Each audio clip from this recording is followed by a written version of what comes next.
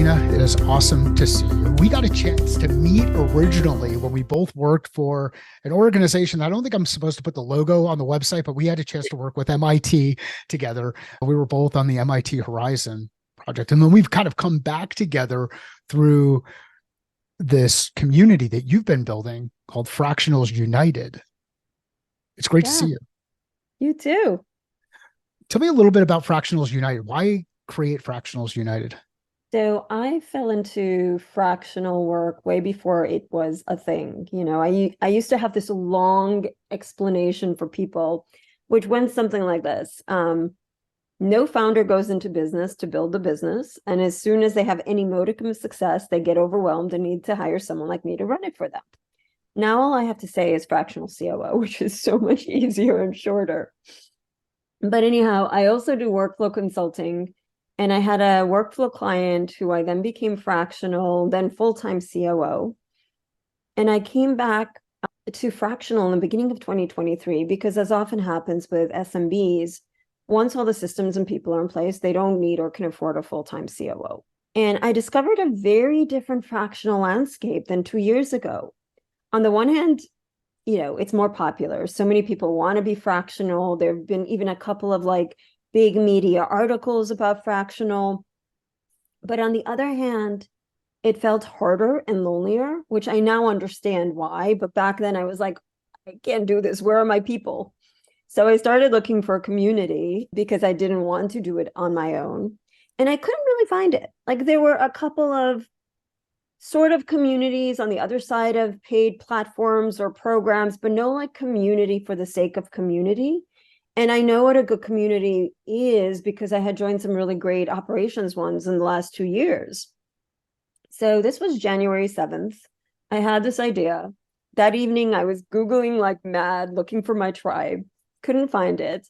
Looked up to my husband and I'm like, is this the thing I do? I don't know. Let's see if there's interest.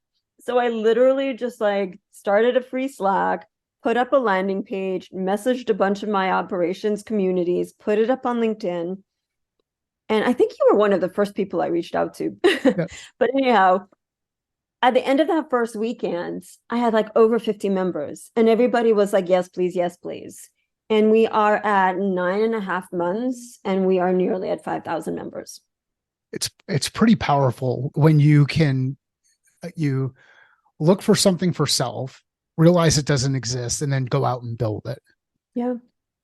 What have you learned throughout the process? And actually, before you answer that question, if you are interested in hiring a fractional executive, fractional CXO, fractional head of whatever, you will find value out of this conversation. If you're interested in getting into the fractional space, you will find value in this conversation. We will go to all of those areas. We're going to start here with community, but we will get to the other stuff as we go through this. So let's get back to the kind of the community piece. What's community mean to you? Community to me is a place for us to connect, collaborate, and learn from each other. And that is the lens that everything I do at Fractionals United is. And it's also why it's a free community and will remain free. Because I know people are in transition, it's hard times. Some are considering fractional because they don't want to go back to the old norm. Some are considering it because they're in transition and it sounds like answer to their prayers. There's all sorts of reasons people are looking for fractional work. And I don't want money to be a detractor or a reason they can't get the help or the support. Why do people struggle finding community? Finding community or finding fractional leads? Finding community. Let's start with just community first. I think community is one. Everybody wants community these days. I've seen a lot of brands, right? They're building community, but community for the sake of community is hard to do. And I think people view it as it's more of a marketplace or stepping stone for something else. It's not, and those are not those are networks, those are businesses, they're not community. Community is a very different kind of business because it's about the people. I've told people on the one hand, it's nice. It's my first time being founder. So I'm my own, I don't have a boss. But on the other hand, because it's community, I've got almost 5,000 bosses. Yeah. because it's like that we are nothing without the members. And yes, there's a fine line of like, I don't do everything they say I should, but I have to really pay attention to everything they say and need and want. What do you think are some of the mistakes people make when they join communities? Don't read the onboarding document. Well, you just walked me through a membership directory. I've been part of the community from the beginning. I'm not in the membership directory. I mean, I'm in the Slack instance, which I know it makes, for those of you who are watching the video, Karina just cringed. And part of this is my workflow. Like I've got a lot of different things going on and I'll pop in and out of Slack, and Slack works really well for me. And I'll follow a couple of specific channels, but I completely missed that there's this amazing group on Coda where we're organizing all of these folks that are out there. And me being in the directory is not about me helping myself in business development and any of those things. If I'm not in the directory, when people start looking for things, how do they find someone like me if they're looking for help? So how can I serve the community if I'm not part of that directory? So that's a failure on my end from as a participant in the community. So yeah, read the onboarding documentation. Thanks. You're welcome. It's funny. I know people are busy, and trust me, distraction. We all have too much noise from everything and anything. And I know it's a very engaged community. But Tammy, our community manager, I remember very distinctly one day, she's like, aren't leaders supposed to be readers? Why are none of them reading? That is an Yeah. awesome question. And yes, leaders are supposed to be readers. Unfortunately, well, not unfortunately, I think there's some design in this, but leaders will read what they're guided and directed toward reading based on feedback that they get from other leaders. So I think one great way to have people drive the onboarding document might be a new person coming in saying something about what they read in the onboarding document and how it changed the way that they're doing it. So now so leaders get a chance to lead others. Maybe there's some things from a design perspective to help. And you from a workflow perspective, this, you design for experience. Well, I do have to say, like, we have when I started this is my first time running community. I Yeah, was learning while I was flying the plane. sure. So, you probably didn't have the same onboarding message that current members have, which is a lot more detailed with a link to it. Heck, when you joined, I mean, I've had an onboarding doc. So, like, don't be too hard on yourself. So it's definitely iterated since then, and the onboarding doc is a living document I'm constantly updating as things change. So I've definitely made it, there is an automated onboarding message for me with steps. And then I forget I think maybe a week after you join, there is either a message or either in Slack or email. I don't remember what the latest iteration is, with a link to a Coda doc that literally is a list of optimizing your front experience, all the things you may have missed. So we have tweaked and redefined, but I can't force people to read. Like they have the links and all of that. Some will read it and forget it. Some will skim it and not catch half of it. But more and more people do opt into the directory because there's so much useful information there. So I'm not worried about it. Like people will get there, and if they don't, fine. Like it's their loss. Well, and to the point that you made a little bit earlier, community is what you make out of it. So you get what you put in, and over time, it's going to evolve, and there will be this constant iteration. Let's talk about the iteration of fractional work from the time where we first met a couple of years ago to kind of where we are today. What's changed other than the fact that now you can say fractional COO and people know what that is? What else has changed?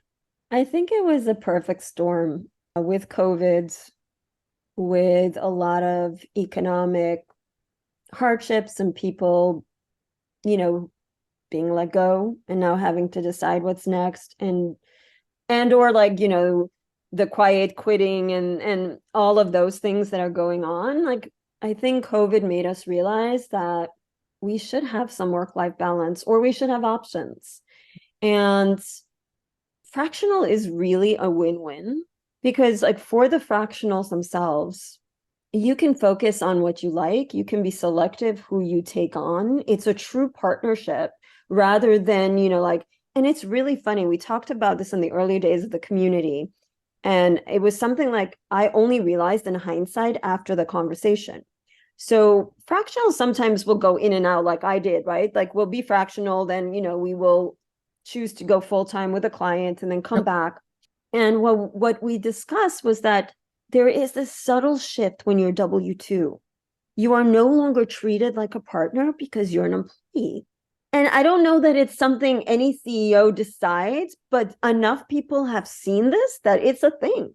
And when you're a fractional, they respect you as this like partner they have brought on, and they value what you bring to the table and your advice way more than if you go W-2 full time. It's bizarre, but it's real. I can attest. I wound down the business for a year when I joined one of my clients full time. I joined a cybersecurity firm, and things changed after Yeah. joining the organization. And yeah, it did a couple of things for me. It reinforced for me that fractional project based kind of roles, project leadership, or doing this across multiple organizations is the type of work that I'm built for in that kind of environment. And the business continues to shift and change. I'm focusing more on speaking, and I want to do more. I want to see more of that be part of the business as I go forward. But I will always have a fractional leadership set of clients that I'm working with, no more than 3 at any given point in time, because any more than 3, I'll run into some capacity issues and some Yeah, challenges there. I've done as many as 5, and you just me start to too. run yourself ragged, and it becomes hard to deliver on the expectations that you've set. But for me, speaking is the direction that we're going inside the business. Fractional is something I will always do because of the opportunity to learn when working across multiple organizations, Yep. and the opportunity to make significant impact in a very short period of time that is much harder when you fall into the individual silos inside the organization. You get categorized into a specific group, and now you're working on building an empire or working on building in the eyes of somebody else rather than advising the organization on what to do. And it doesn't seem logical that that would happen. The transition for me is, rather than partnering, you start to feel owned. And Yes.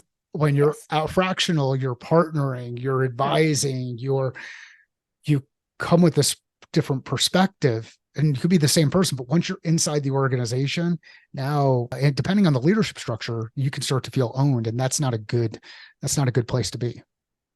Yeah. So on the fractional leader side, you have a lot more flexibility, freedom, you can focus on your areas of strength.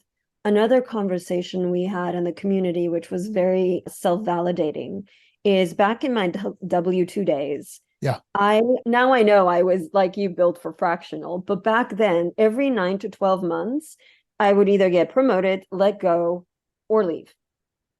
And I will forever remember having this very painful conversation with a recruiter that made me literally explain every move. And I called my husband afterwards. I'm like, I just had death by 1,000 cuts or 1,000 questions. It was Right. so painful. Yeah. And now I realize it's not a me thing, it's a competency thing, because a lot of the fractional leaders in the community have had similar experiences. Yeah. So like we're good at what we do. And very few companies, like unless you're working for, a Fortune 500 plus, they don't need 40 hours of our time, especially if we have a team executing and we're just like strategizing and leading. And so it's a great fit for the fractional leader. And it's also like a smart resource move for the SMBs and startups and scale ups, because you need somebody at that level, but you can't afford, nor do you need necessarily 40 hours of their time. Yeah. You can, specifically on the revenue side, you can avoid a lot of the challenges that will reveal themselves downstream by bringing in a fractional leader early in the Mhm. process. The challenge is you have to find a fractional leader who has kind of that generalist expertise across the revenue channel rather than specialized expertise in a specific area across that channel. And as more and more people move into this fractional space, you're finding specialists who are trying to operate as generalists who don't have that experience, and they're doing their clients a disservice. The other challenge is you bring in generalists when an organization might benefit from having someone specialized in the area, and now they're not able to hire into that role, and that does the organization a disservice. So the key, at least for me, is being really, really clear around the objective. What is it that we're trying to accomplish in what period of time? And once we understand the objective and the period of time, then we can start to determine if the fit is right. Yeah. There's a similar, so it's somewhat similar at COO level too, because no two COO jobs are alike. Yep. It's literally like whatever the CEO doesn't want to do, we take on. And that could be anything from like focus on marketing or sales or people or systems. So part of what I do is like, I want to focus on the people and systems. So if someone is looking for a COO that is marketing or customer facing, that's not me. I can lead most things, but I should not be the one doing those things because that's not my area of strength. So I tell people that when you are applying for a fractional role, to treat this like an interview. This is not, you're not doing a pitch deck and selling. It is a bi-directional interview where you need to ask as many questions of the CEO you will be working with as they ask of you. Because the worst thing you can do, and I have been there, so I speak from firsthand experience, is sign on with a CEO that cannot get out of their own way to save their or their company's lives, and therefore will not trust you and give you the authority to do the thing they hired you to do. Amen. Yes, like it is. You think about this in the context of a discovery process, and if you're not comfortable or familiar with discovery, you can talk to, as part of Fractionals United, talk to those who are comfortable with this, and they get into this view of, hey, how do I take this initial opportunity to gather information, not try to pitch myself as the solution. And a challenge that I think we run into from a fractional perspective in this area is some of us may not know where their next dollar is coming from or their next opportunity is coming from. So they've not taken the time to build out pipeline. So when a new opportunity comes across, rather than qualifying that opportunity out because of the can't get out of their own way scenario, they think more about, how do I make sure that I win that? How do I say all of the things to make sure this sounds perfect? And ultimately that's a recipe for frustration on both sides. Yeah.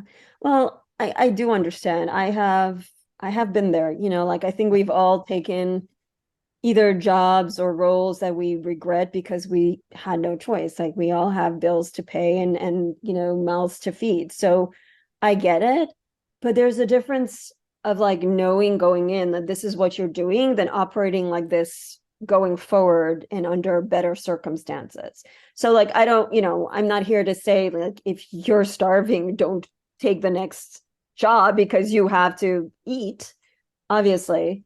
But if you're not in those desperate measures, and even if you had to take that, don't stop looking, right? Like understand that this is like a means to an end and not your end, and try to protect yourself by just understanding the limitations and what this is and isn't.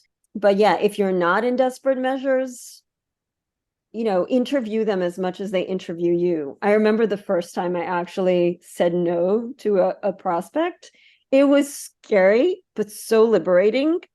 And I know I did the right thing, but I didn't do that out of the gate, right? Like it takes confidence. It takes knowing your value and your worth and what you bring to the table. How did you know that you did the right thing? So this was a prospect. This was their third time re-engaging, each time, we had a couple of calls, excited, yes, yes, then would ghost me.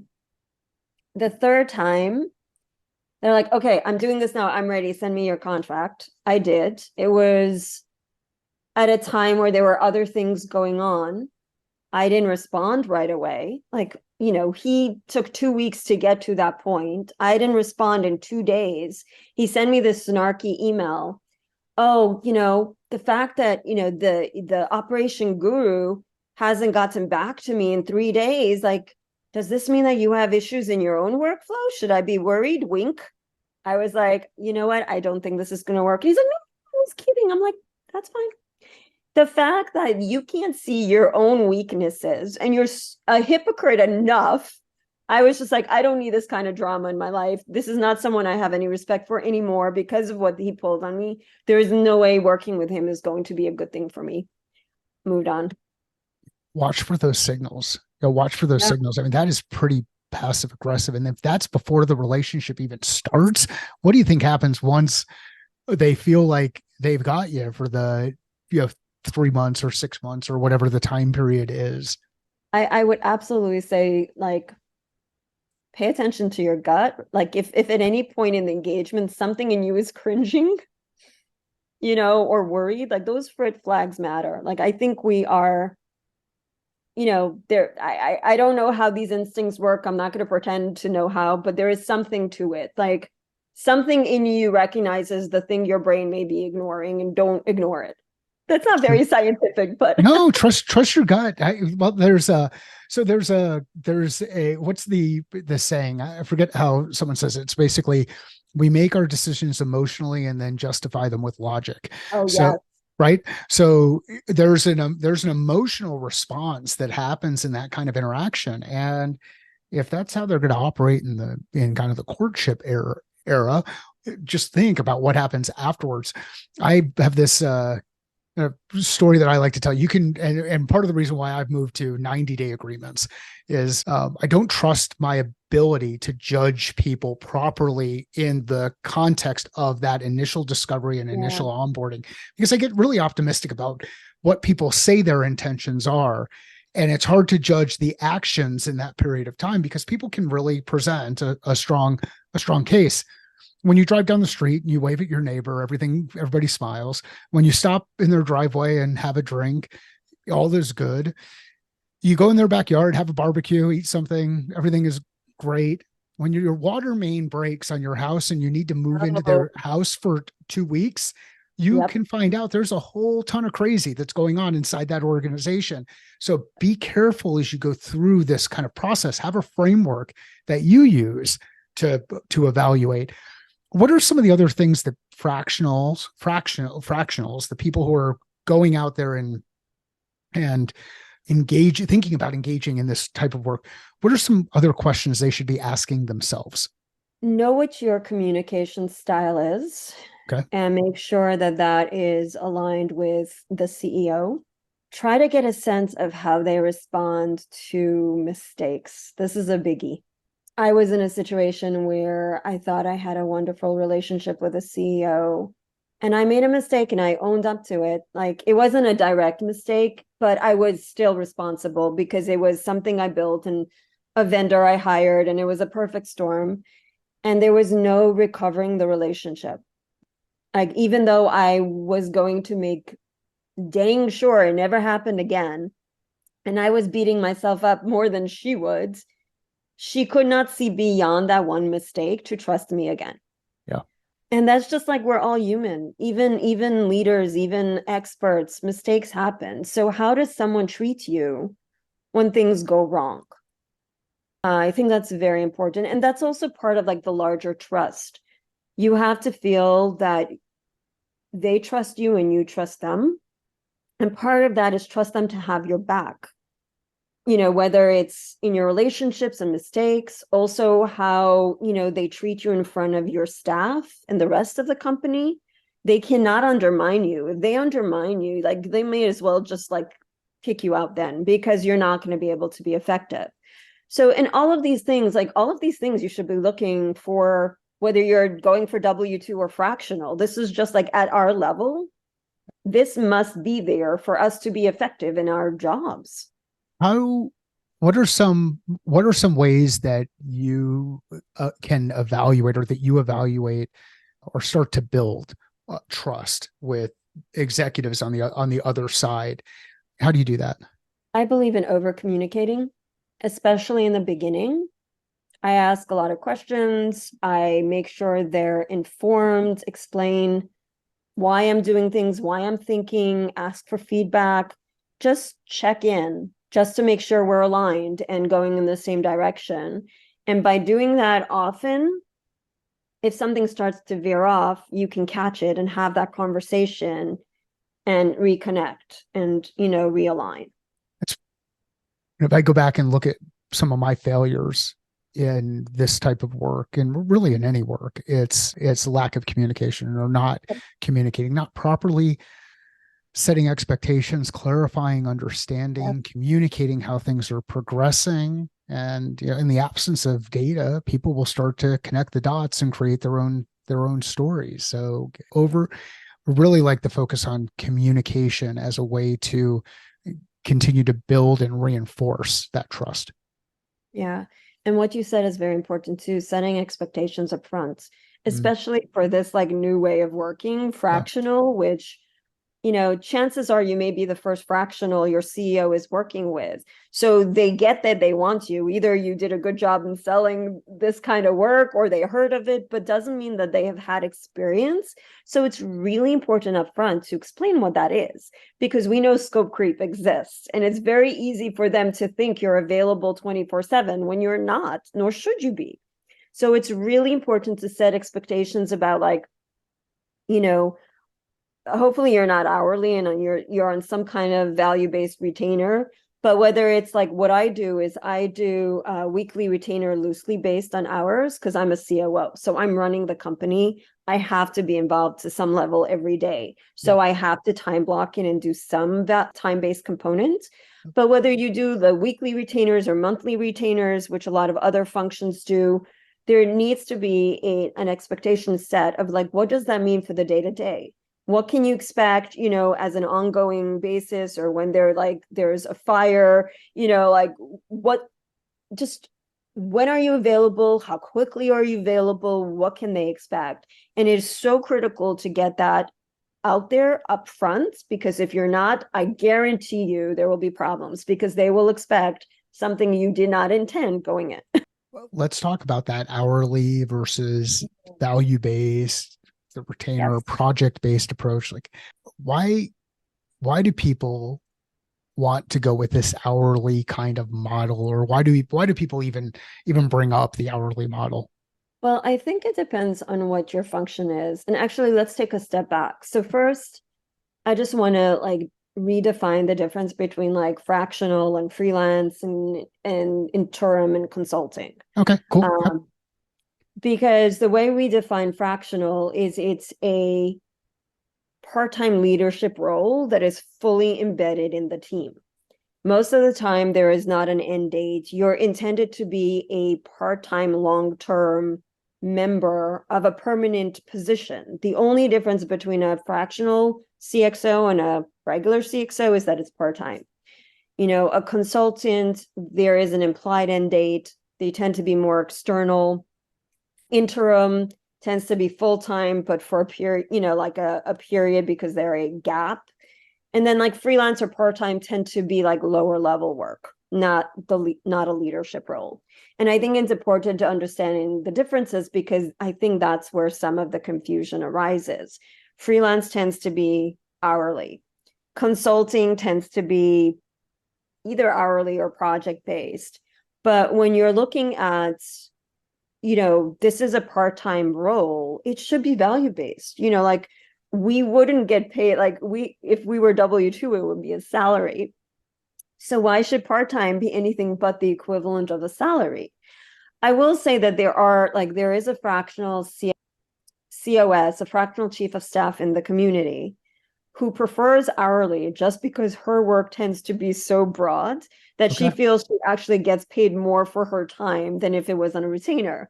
But she works for like a very specific kind of like, very messy early stage startup that needs so much hand holding that this is what works best for her. So, every rule has an exception and that works for her. But generally speaking, at our level, we should not be tracking time. Like if anyone even wants to go that, I'm like, thanks, but no thanks. Yes.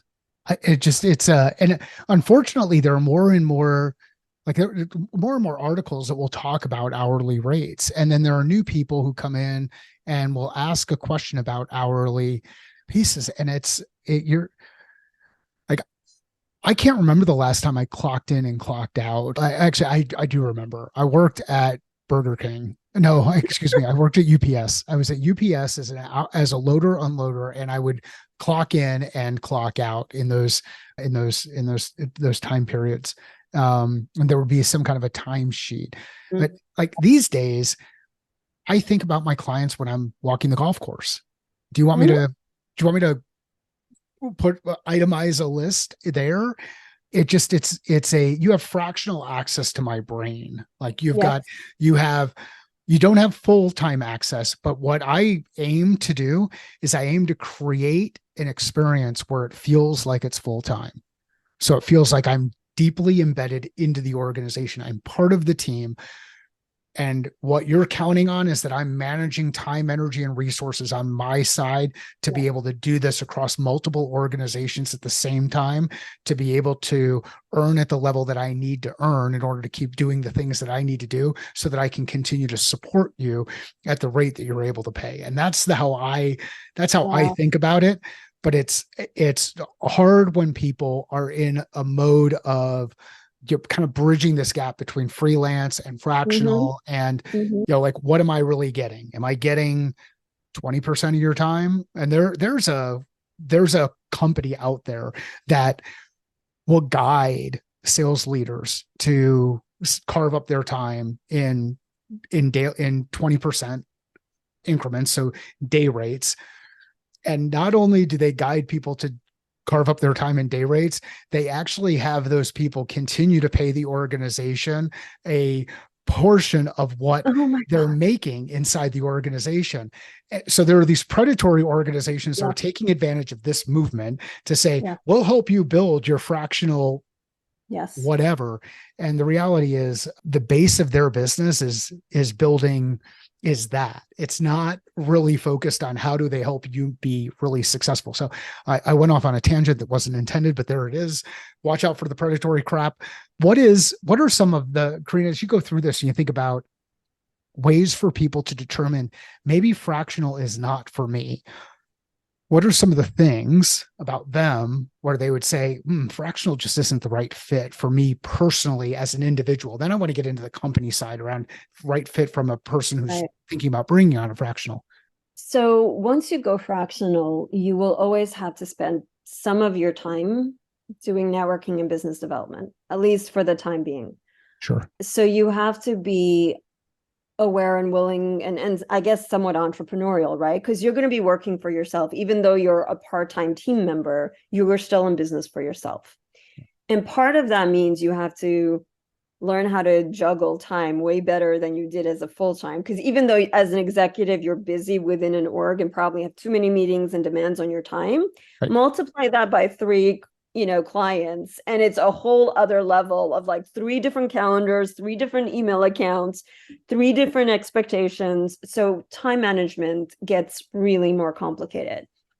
You're going to have to learn, you're probably not probably, you should have an LLC and an S corp and an accountant and just like all the things that you didn't think about, and your own benefits and all of this, because most fractionals are 1099, not W2. There are a few exceptions, but most are 1099 working for themselves. So you have to be ready to like take on or learn all of these like self-employed logistics. You have to be willing to like learn how to really manage your time and client expectations, and know that there will be a level of business development that you have to do, because especially currently, so I alluded to this earlier when I said that I didn't know originally why it was lonelier and harder. The reason is right now there's way more supply than demand. There are way more people who want to be fractional than companies hiring or even knowing what fractional is and how they can help them. So it is really, really hard to find the fractional roles right now. There aren't really job boards. I own the URL for it, but I'm not even going to start it because there isn't enough demand for now for it to be worth it. There was someone who tried it and it closed down in 3 days. It was really interesting.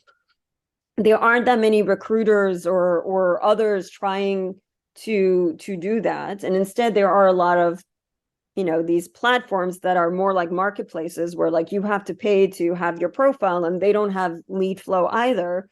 So you're just paying to have your profile in this void. So it's really, really hard currently to find the work.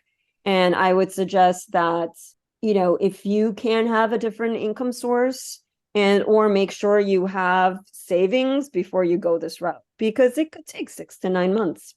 And depending on how you operate or how you build it or what traps you fall into while you're doing fulfillment work, you may actually find that that 6 to 9 month gap happens deep into your Yeah. entrepreneurial or Yeah. fractional journey. And I've gone through those parts of the, that chasm of death that you're Yeah. looking to hopefully cross as you work through, where you've spent so much time doing the fulfillment, but you've not allocated the time to lead your organization. And that's one of the reasons why I cap myself at no more than 3 fractional leadership roles that I'm working on at any given period of time. When you're doing as many as 5, then you get yourself into a situation where you're not actually leading your own business.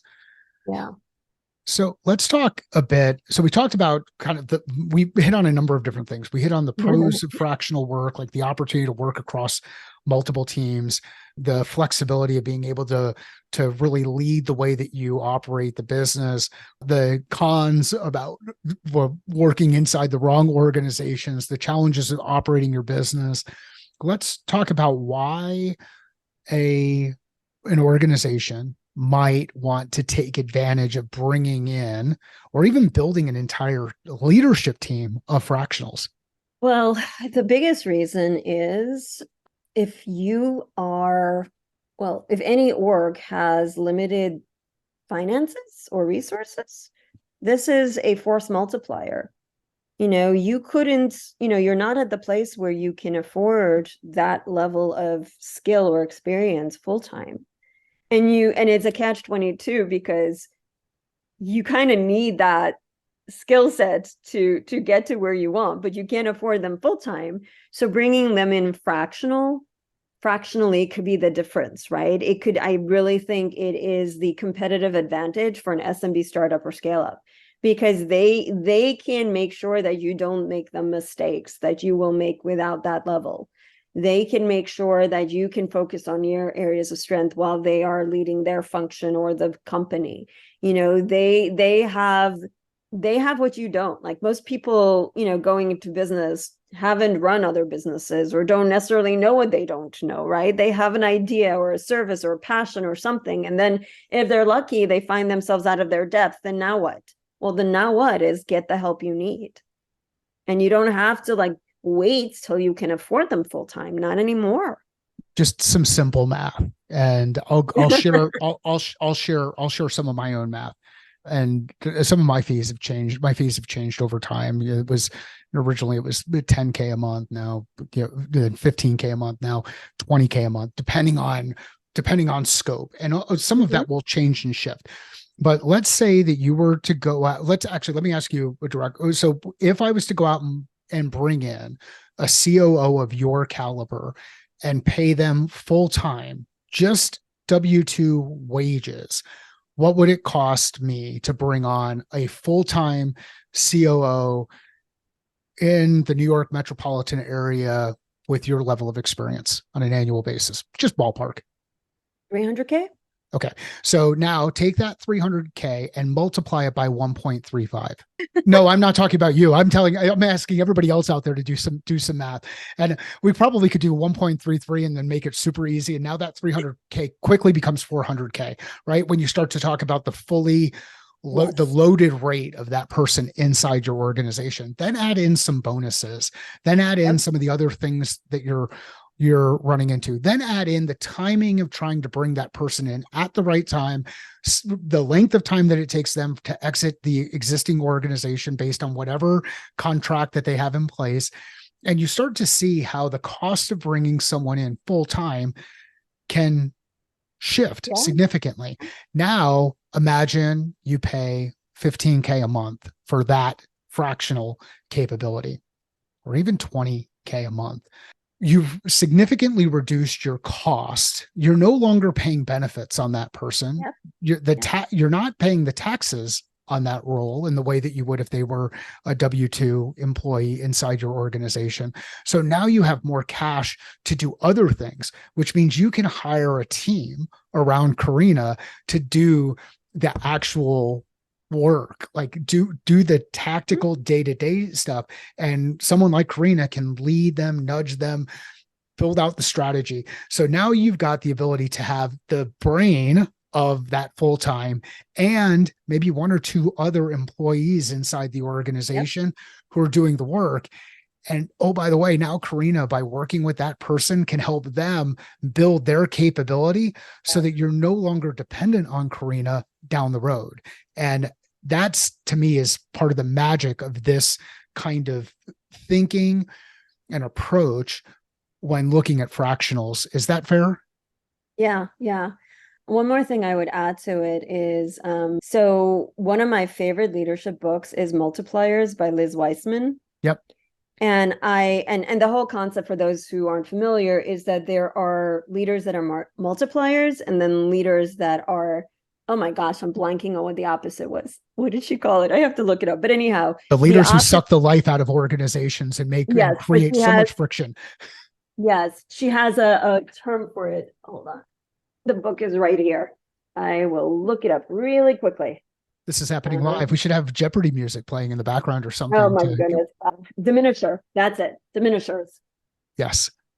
So yes, like you said, they suck. They, so the multipliers know that their job is to literally uplift and elevate and support and enable those who report to them. Whereas the diminisher feels like they have to be the center of attention and everything has to go through them, and they suck out, like you said, the life and the motivation from everyone.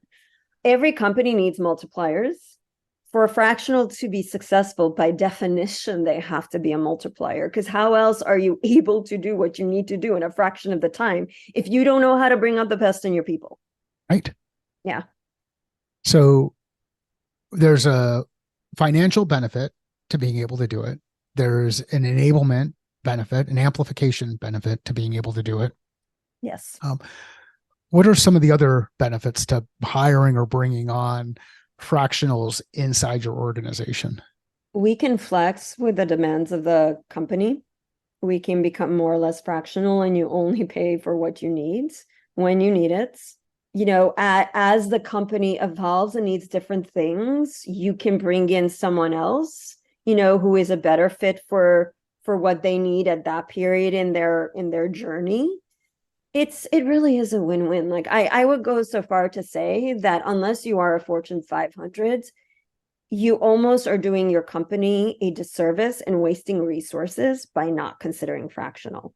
Yeah, I'd be hard pressed to think about a scenario where you would not want to think about. I mean, unless you had more money than you cared to spend, or you're in such a space where information security is so, and even Yes. there, but Yeah. information security is so critical that you're required to have certain layers of clearance in order to be able to do things. And I would even imagine then you could probably find potential fractional leaders with that type of clearance who Yeah. understand how that Yeah. works.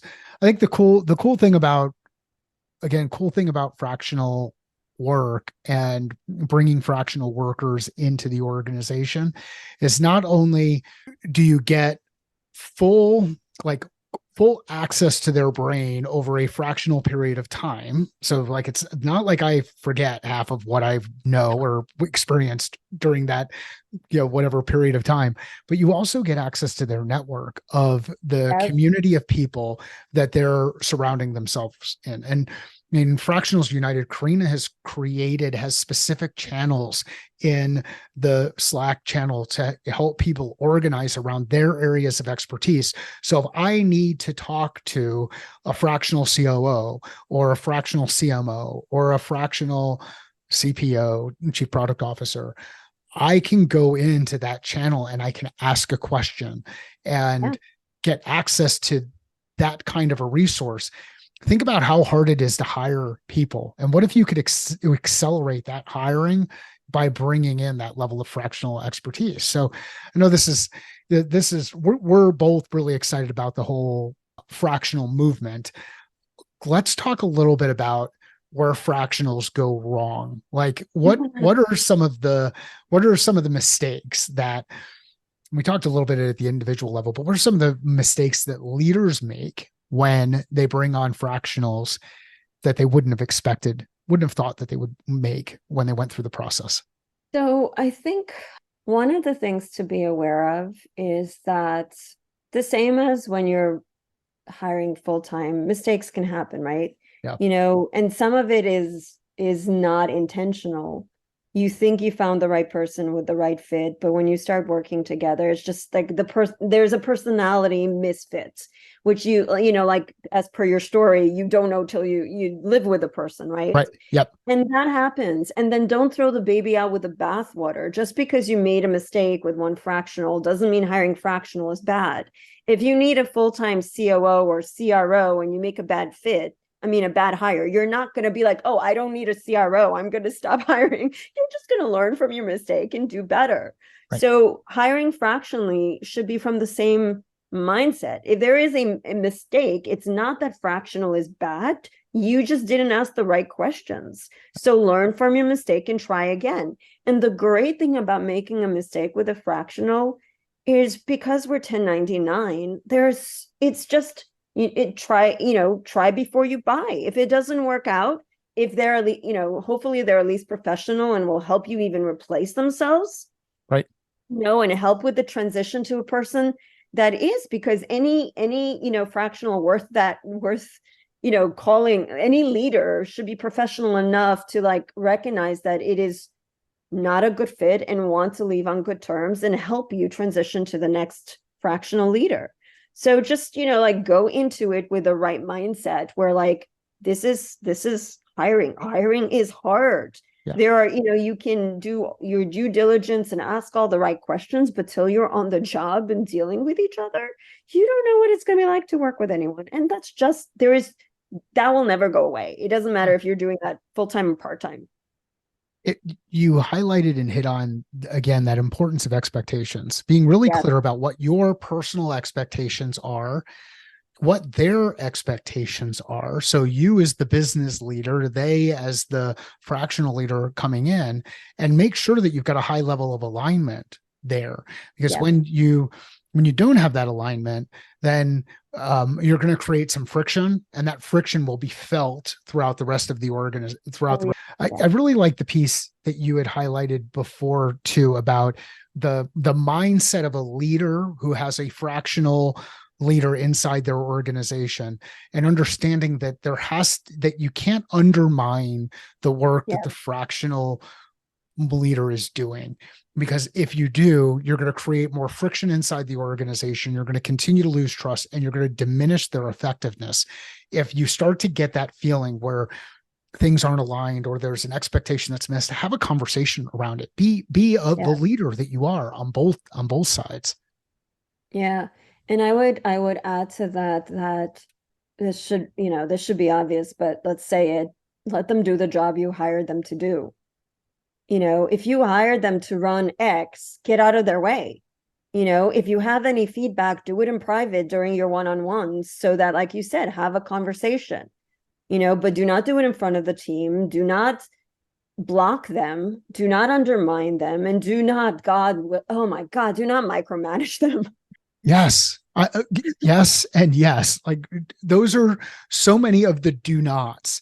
And it's really easy to fall into the trap. Like don't go into the relationship with as a leader inside a business, COO or CEO, founder, co-founder, whatever or even people who are part of the board.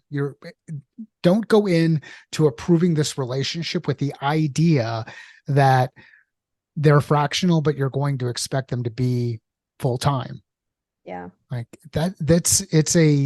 if your expectations are mismanaged, or you think that you need to micromanage someone in that kind of a role, then you're probably not ready as a business to bring on a fractional leader, and ultimately you can go through and do some more work on yourself before doing Yeah. that thing.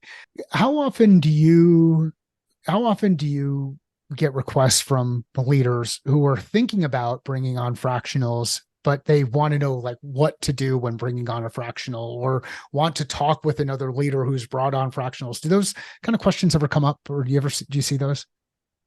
I actually had one just the other day in one of, I forget which other community that I belong to. Somebody reached out to me because they knew that I had founded a fractional community, and they're considering bringing on a fractional CPO, but don't know what that's like or what to expect. So I actually connected them with, like, I have a small advisory board at FRUN, which is the acronym for Fractionals United, because the other one I can't say. So we say FRUN. Yeah, But I have a product advisor. I asked her if she would be willing to talk to this founder, and she said yes. So it doesn't happen as often as I'd like it. I'd be happy to answer those questions or connect people. And I think, lots of most fractionals will be willing to educate and help. So if you're listening and have a question, reach out. where's the best place for people to reach out to you? So you can reach out to me on LinkedIn if you're interested in either, if you're a current or a fractional leader or leader considering going fractional, we have a short form on fractionalsunited.com.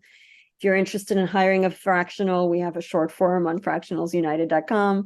Got a lot of systems in place that make things easy, but you can also just reach out to me on LinkedIn. Karina, this has been an awesome conversation. And we just talked about where leaders can go if they have questions or they want to connect with other leaders who are thinking about bringing on a fractional. What if you're someone who is interested in becoming a fractional or would like to learn more about what this fractional world is? Where can those folks connect up with you? So on fractionalsunited.com, we have a tab, Join the Community, and there's a short form. Just fill out the form to join the community, and we will get back to you pretty quickly. And if you have any specific questions, you can reach out to me on LinkedIn.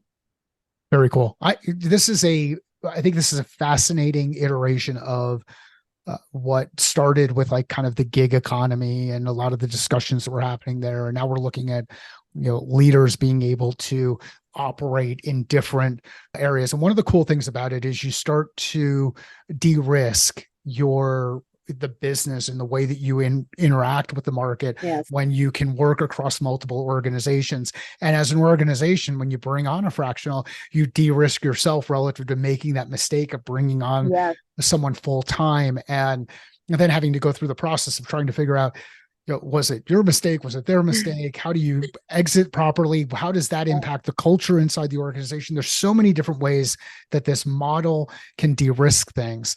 The thing I would ask anybody who's thinking about getting into this space, make sure you ask a lot of questions, both of others in this space and of yourself, to understand what you're really looking to accomplish and why you think this is something that's interesting to test.